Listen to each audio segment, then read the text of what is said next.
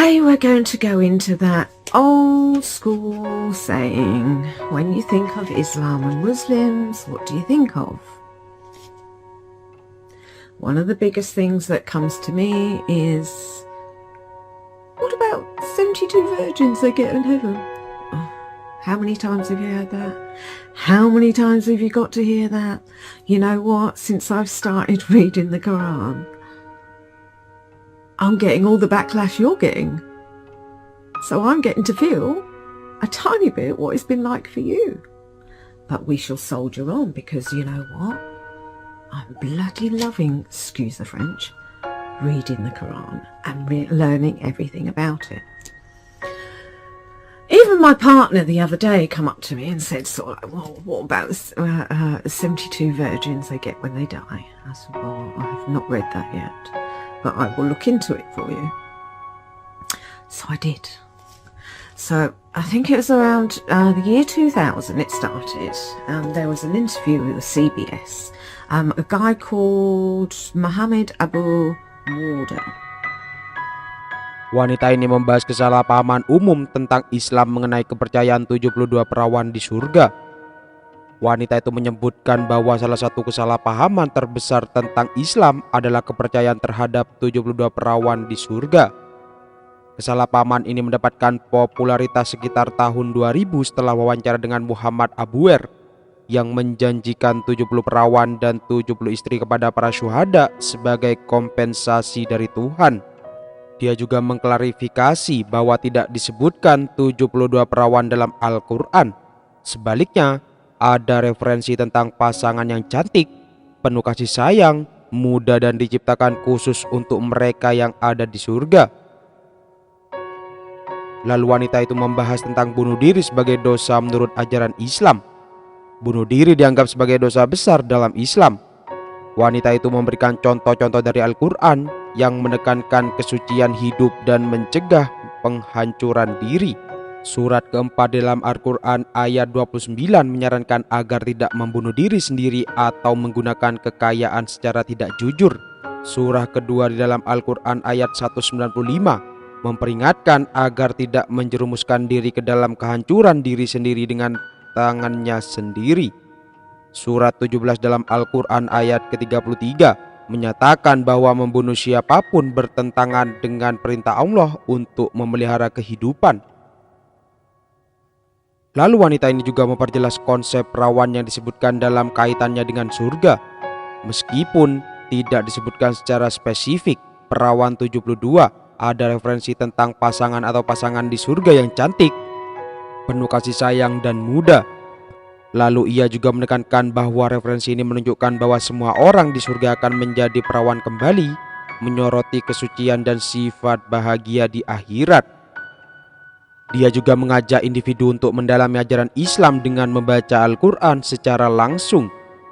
Wanita tersebut juga menyarankan untuk mendapatkan salinannya secara gratis di masjid manapun karena ini adalah buku yang berharga untuk dibaca, bahkan jika seseorang tidak memeluk Islam. Dengan membaca Al-Qur'an secara langsung, individu dapat memperoleh pemahaman yang lebih baik tentang ajaran-ajarannya dan menghilangkan kesalahpahaman. They did an interview on the recruiting of suicide bombers, and he promised all the martyrs. He said God will compensate the martyrs with 70 virgins and 70 wives. So this is where it all began. It's never gone since, has it? So I've come to tell you, over these factors are big sins in the Quran. If you start with let's start with the suicides. If you're going to be recruited and you commit suicide, that is a massive sin. I've got a few examples for you because I know that you like examples. So I've got here Surah 4:29. Don't use one another's wealth dishonestly, rather only for a business venture, though through agreement. Do not kill yourself. That's one. Then we go further down, Surah 2:95. Spend generously in Allah's way, but don't cast yourselves into the jaw of self-destruction by your own hands. That's a good one, isn't it? And the third one that I chosen was Surah 17:33. You shall not kill anyone, as Allah has made life sacred. So just using just those three alone, there's quite a few more in the Quran if you go and have a look. But I just wanted to choose those three just to show a few examples. And if you go on to the 72 virgins, there's nothing in the Quran about 72 virgins. This is the closest I've found to anything on those lines. So I've got Surah 56:22. Their spouses will be beautiful. Surah 56:34-37. They will have the most beautiful partners we especially have created for them, made them virgins, passionately loving and young. In Surah 38:50-53, the Garden of Eden will open the gates waiting for them, and reclining there on sofas, asking for fruits of all kinds and drinks, and beside them spouses modest in their glances and equal of age.